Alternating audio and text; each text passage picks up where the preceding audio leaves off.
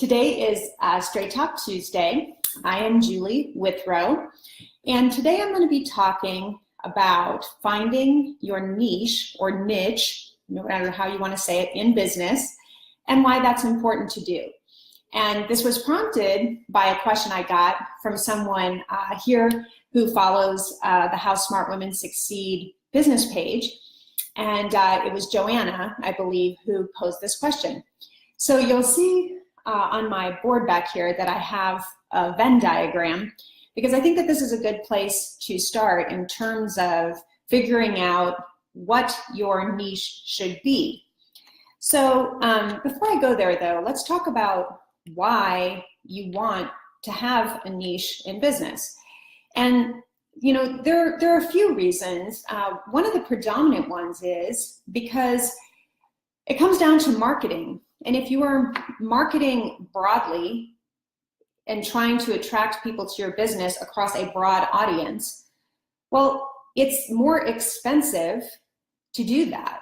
You know, if you're trying to reach across a lot of different people, you can't really do targeted marketing, right? You're just kind of taking a mass approach. And when you do that, you're going to spend more money to stand out because you have a lot more competitors.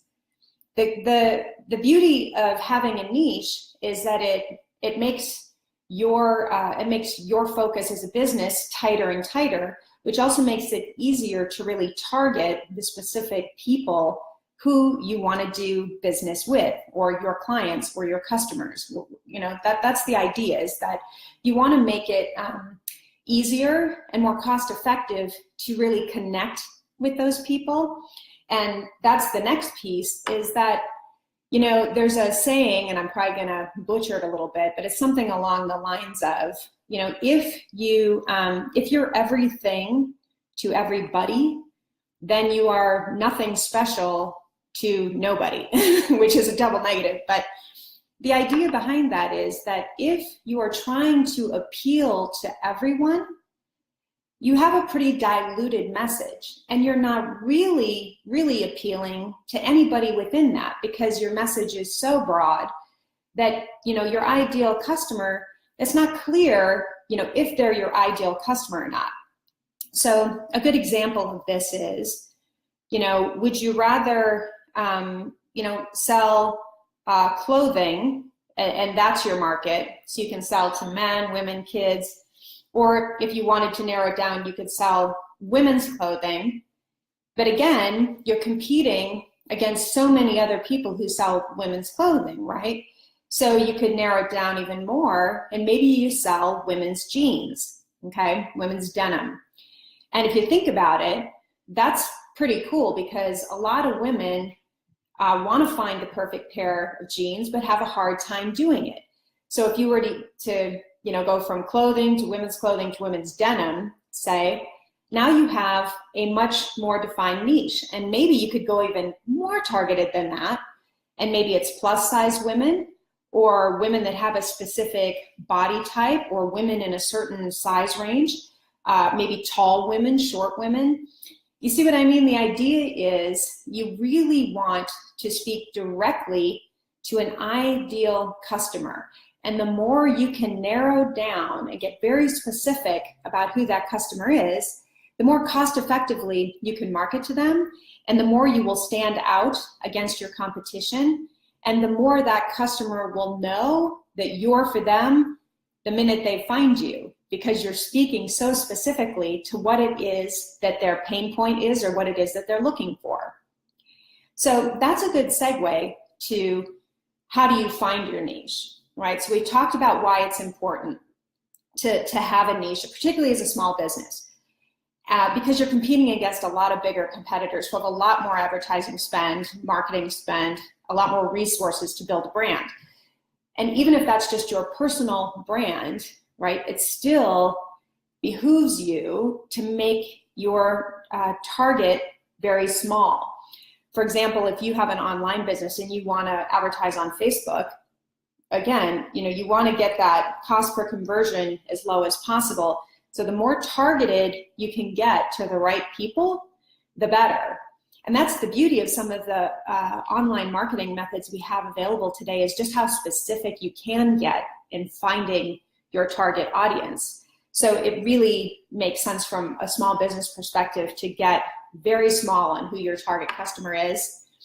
So to segue though to the next piece, it's so how do you find out what your niche is, or how do you choose a niche? And that's where my Venn diagram comes in. So I'm going to stand up here. It might be funny because, you know, I look like all business on the top, but on the bottom, I have on my running tights.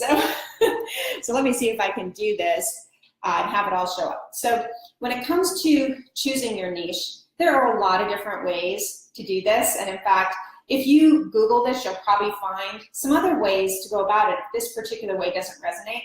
But this is the way I like to look at it.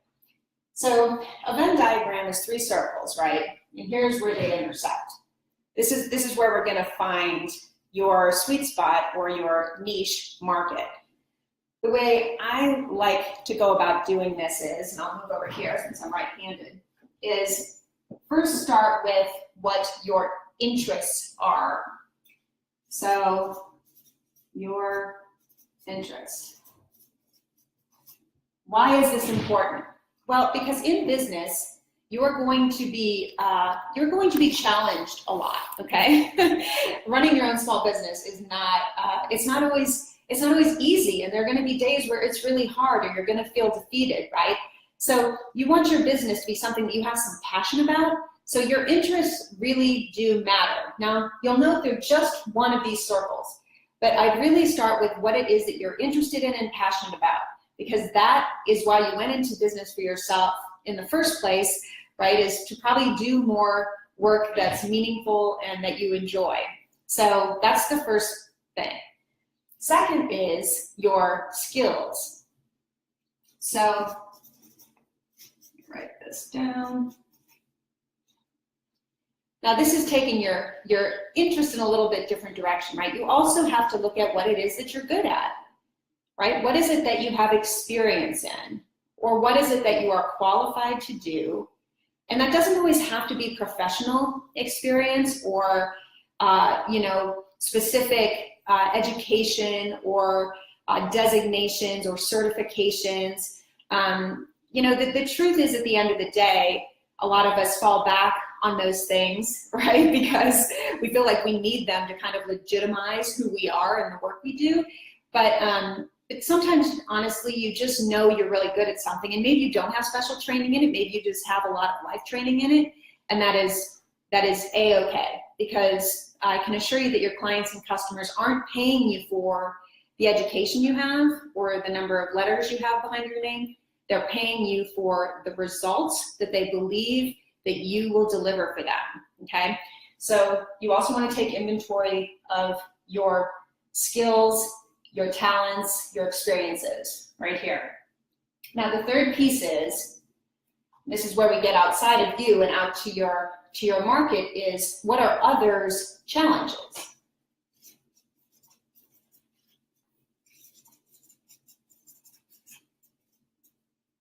So we need to know what other people have a pain point around as it relates to your business, right? What it is that you do. So if you are a marketer, right, like I am, a pain point I know with my clients and my prospective clients is content creation. There is, a lot of pressure to be putting valuable content out there to generate more prospects and to nurture your customers along the buying journey. But creating content consistently is tough. And I talked about that in our last Straight Talk Tuesday. In fact, we talked about it a couple times. But the point is, that's a pain point, among people who I might attract in my business. In my coaching clients, it's generally, women who have started business and they're not making the money they want to make yet, right? So that's their pain point. So in your business, what are the challenges that your prospects have if you're just starting a business, or if you have some clients already? What are the challenges that you see in working with them? So when you inventory these 3 things, the sweet spot is right there. where everything overlaps, okay? And to me, this is where you will find your niche, okay? Now, as I said, there are other ways you can ask these questions. There are other ways that you can evaluate this stuff, but this is a really great place to start.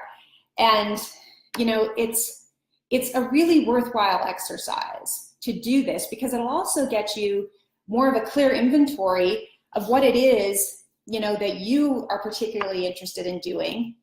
It will give you a clear inventory of what your skill set is, you know, what it is that you're really good at. And it'll also cause you to do some research to understand, you know, your prospects and customers, clients, what their challenges and pain points are. And all this research is really valuable stuff when you're starting a business or continuing to run a business and trying to refine your marketing and refine your approach. So, hi, Lindsay. I see Lindsay's here. I know there are a couple people here, but Lindsay's the only one I see at the moment. So I'm talking about finding your niche in your business, your specialty, and why it is important. So if you joined late, if you go back to the beginning, once I repost this, you'll see, you know, the talk about why it's important to have a niche. And now I'm talking about how you can start to identify what yours is. So another thing I'll say about others' challenges, as you continue to refine, so this is like layer one, okay? As you continue to refine what your niche is, it isn't just about what other people's challenges and pain points are. You have to think about it a level deeper, and that is, what are the pain points and challenges that they're willing to pay money to solve? And that's a really big one. And it seems obvious probably when I say it that way, but you'd be amazed how many people kind of miss that part. You know, you can have the perfect intersection of your interests, your skills, other person's challenges, you know, right here. But this has to be something that people have enough of a pain point around that they are willing to invest in a solution. And that would be, you know, the solution that you provide. And so how can you really speak to those specific pain points and challenges, okay? So I'm gonna keep today's Straight Talk Tuesday under 15 minutes. That was my goal, and I'm about at 13 minutes right now. So, and I'm trying to make these a little bit more digestible and bite-sized so they're real easy to take away, because I can start to, you know, go really deep or broad on a topic. So I'm gonna keep it very simple. So to recap, right? Why is it important to have a niche or a specialty in your small business? Well, because it allows you to stand out and differentiate yourself from a sea of competition, particularly if there are a lot of other businesses out there doing what it is that you do. This is a way for you to stand out. And it's important to stand out for the obvious reason that it makes it easier, you know, for people to identify you as the resource to solve their problem. Right, so you want to be speaking to specific pain points and challenges so that when your customers do find you, they know exactly that you're the right solution provider for them. And doing this is also important because it allows you to focus your marketing. And if you're competing against, you know, bigger competitors, particularly who have more budget and resources to market, the more specialized you can get, the more competitive you can be in that situation. So the way you go ahead and find your niche or start to identify it is the stuff I talked about here, right? Find that intersection of your interests, your skills and experiences, other people's challenges, and then where they intersect there in the middle is where you'll start to find your niche. And as you look at other people's challenges and you continue to dig down, you want to make sure that these are the kind of challenges that that they're willing to invest some money in solving. It's enough of a pain point that they're willing to invest in a solution to it, and that would be the solution that you provide. So the final piece I want to say about this is when you're doing this, you have to test it. Okay, it's it's not necessarily going to be a slam dunk right out of the gate. Okay, you're going to have to test what you've identified here, and you can survey people who are in your target market. If you think you've found a good niche, a good specialty, well, then start to ask questions of those people to make sure that they have the pain you think they have, that you understand it well enough to begin to build, a business and marketing message around it, and that they have a willingness to invest in solving the problem. But test. Okay, you're always going to be testing. And this is another little small business thing that you don't always, that people don't always talk about, but that is you're always having to test and refine, test and refine, test and refine. That's kind of a marketing mantra for any of us who've been in marketing for any period of time. It's always about testing and refining. It's the same way with this stuff. So that's the end of today's Straight Talk Tuesday. I'll be back here again next Tuesday at 9:30 a.m. Eastern, or I'm sorry, 9:30 a.m. Mountain Time. That's 11:30 a.m. Eastern for another Straight Talk Tuesday. I want to thank Joanna for today's topic. I hope that you get a chance to watch this, Joanna. And if anybody else has specific things that you'd like me to talk about in a Straight Talk Tuesday related to the strategy of growing your small business, pop me a message in the comments below and I'll answer them, because I really love to make sure that what I'm talking about is the stuff that you want to hear about. So have a great Tuesday, and I'll see you back here next week.